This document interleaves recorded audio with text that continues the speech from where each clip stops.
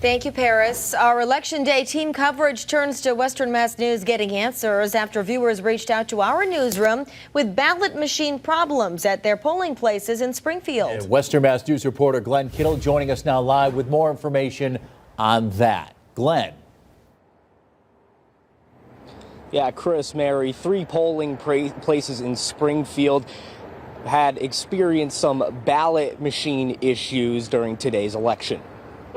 At Central High School, poll workers tell me the ballot machines had a faulty battery which stopped them from counting votes this morning. The decision was made to have voters place their ballots at the bottom of the ballot machine to be counted later. We have learned the ballot machine was fixed a little later in the morning, and the ballots placed at the bottom of the machine were then scanned by the machine to be counted. The second problem we were told about happened at Van Sickle Junior High. Poll workers here tell Western Mass News one of their machines ran into a paper jam problem which stopped ballots from being counted for a short period of time. I learned poll workers quickly identified and solved the problem within minutes. They described it as a minor inconvenience.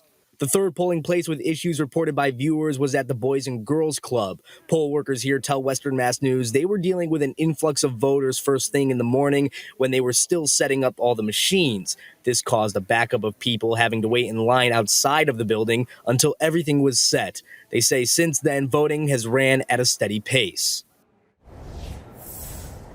But don't worry, there is still some good news out of all this.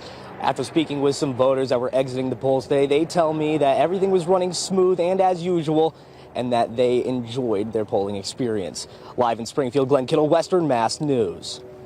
Thanks, Glenn. Western Mass News is your election authority. From the ballot questions to who's running and candidate debates, we have you covered. Scan the QR code or open up our Western Mass News app to check our online voters guide and stay with us throughout the evening for the latest election results.